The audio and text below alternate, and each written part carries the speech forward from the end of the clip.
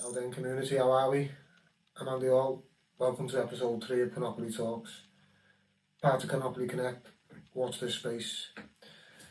So, this week while putting together the usual LinkedIn poll, something got my attention.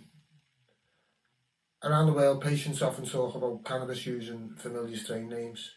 Think Hindu Kush, Northern Lights, Skittles, names that many people have come to recognise over the years. But in medical cannabis, those same products are often described by, very differently. Instead of familiar names, you might see something like XM-453-HT-.3C or something along those lines. Some people think traditional strain names should remain as part of product information. Others think medicine should move towards codes. And some have suggested creating a completely new system altogether. I mean, they're all reasonable approaches, which got me thinking, should medical cannabis use strain names? And that was the question this week for the discussion that we've got. So why this question? Well, when I first started thinking about this, I wasn't actually thinking about strain names at all. The original thought was much broader. I started wondering how different countries around the world have arrived at the same medical cannabis system they have today. Some countries have developed a medical cannabis first, and then others have developed illegal recreational markets. So others are still discussing medical access, and many countries still prohibit cannabis altogether. Yet, despite those very different journeys, you often come across, the same or very similar genetics appearing across different systems. And so I realised something. As medical cannabis becomes medicine, what actually happens to the names, the genetics, and the identity that existed before today's regulated market exists? Do they simply become part of modern medicine? Do they change, or do they slowly disappear? The more I thought about it, the more I realised I probably wasn't asking the questions about strain names anymore.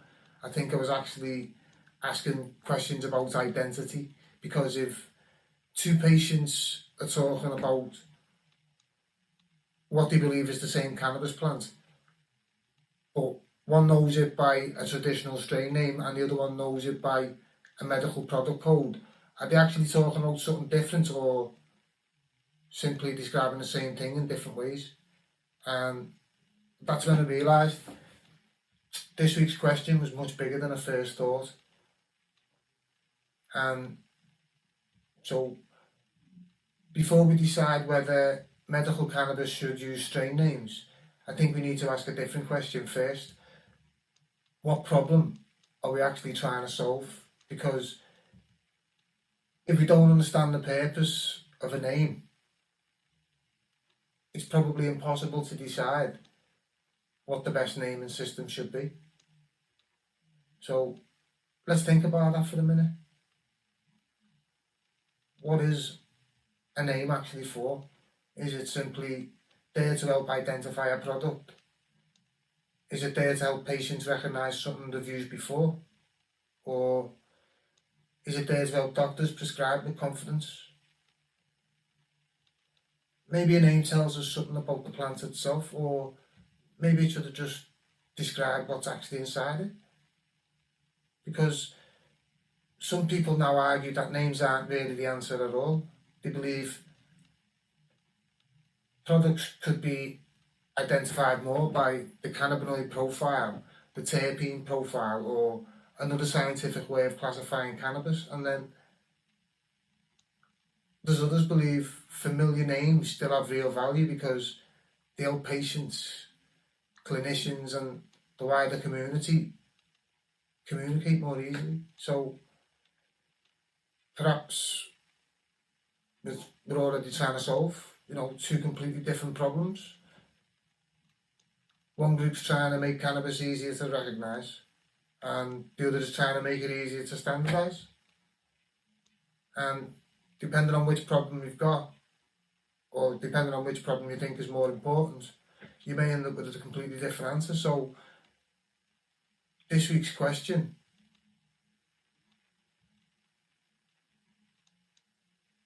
is asking that. So let's begin by looking at the strongest arguments for keeping traditional strain names. One of the biggest arguments is actually quite simple. Let me tell you this. Communication. Because around the world, millions of conversations about cannabis have already happened. Between patients, clinicians, researchers, growers and communities, whether people agree with them or not, traditional strain names have become part of that shared language. To give people a familiar way to talk about products, compare experiences and describe what's worked for them. Another argument is continuity. We've spoke about this before. Cannabis has been cultivated and selected for many years. Many people believe those names present part of that history, and from that perspective, removing traditional names isn't simply changing a label. It could also be more difficult to follow the story of how certain genetics have developed over time. There are already projects around the world trying to preserve cannabis genetics and their history. That alone suggests many people believe this knowledge still has value. So for many people, traditional strain names aren't just words. They're part of the language that already exists, and that's why many people believe they continue to have a place within medical cannabis. Because, well, that's what they believe. But there is another side to this discussion, and that's many people believe medical cannabis should gradually move away from traditional strain names altogether. The argument isn't really about rejecting cannabis. It's about making medicine easier to understand in healthcare. Medicines are expected to be identified clearly and consistently. Doctors need confidence in what they prescribe, and patients need confidence that they can produce, that the product they receive today is as close as possible to the one that they received last month. And now, from that perspective, traditional strain names don't always provide enough information on their own. I mean, the same name can be said with products that differ in cannabinoid content, terpene profiles, or even how they're being cultivated. Some people therefore believe medical cannabis may gradually move towards a system based more on science rather than tradition. That could mean cannabinoid profiles, terpene profiles, colour-based classification systems, or perhaps an entirely new approach, one that hasn't been developed yet. Around the world, people are already exploring different ways of classifying cannabis to make it easier for patients, healthcare professionals, and also researchers, and that's to communicate consistently.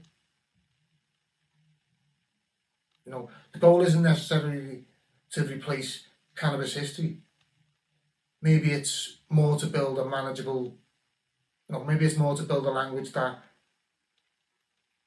provides greater clarity, greater consistency, and greater confidence. And from that point of view, it's not difficult to understand why many people believe traditional strain names, they might gradually become, less important with modern medicine. What do you think? I mean, looking at both sides, I realised something. We spent all this time talking about strain names, but perhaps names were never really the issue at all. Maybe what we're really discussing is identity. As cannabis becomes medicine, what should change and what should stay the same? Should medicine create an entirely new identity, or should it preserve part of one that already exists? Perhaps that's why people see this question so differently. What about if maybe we've been asking the wrong question? Maybe we need to ask ourselves this: are we judging the plant by where it was created, or by how well it helps patients? Now that's Cannopoly.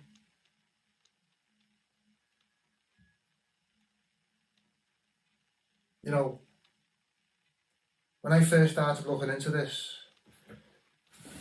I honestly thought I was asking a question about strain names, but somewhere along the way I realised I wasn't. I think I was actually asking a question about identity. And as cannabis continues to become part of the modern medicine, change is inevitable.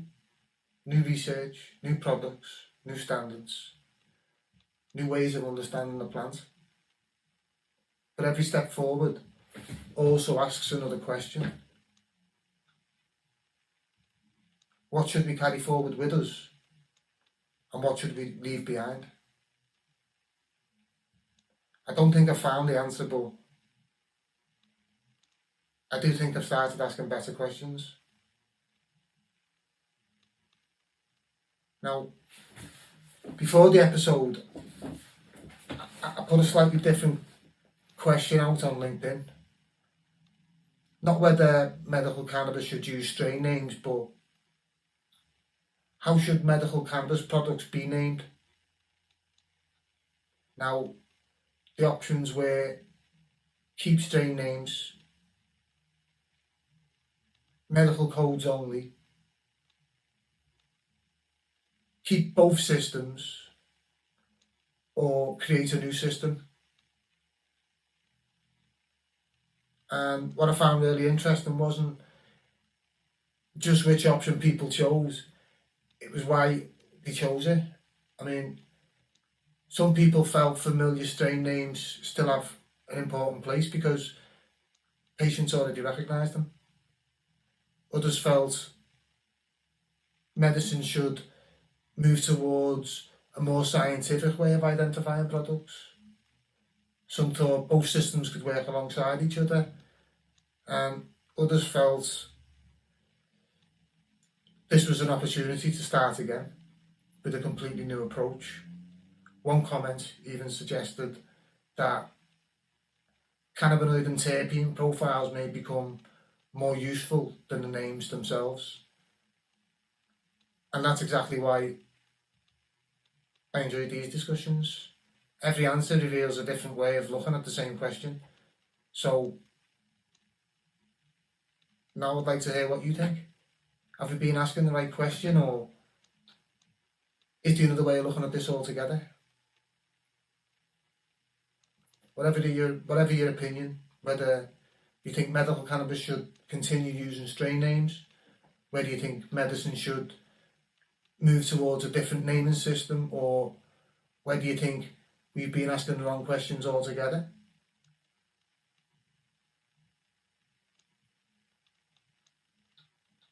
So I hope today's conversation has given you something to think about, because that's really what Cannopoly Talks is about. Not telling people what to think, but asking better questions and trying to understand why people see the same subject in different ways. You know, we don't all have to agree, but we can still talk, you know. If we stop talking,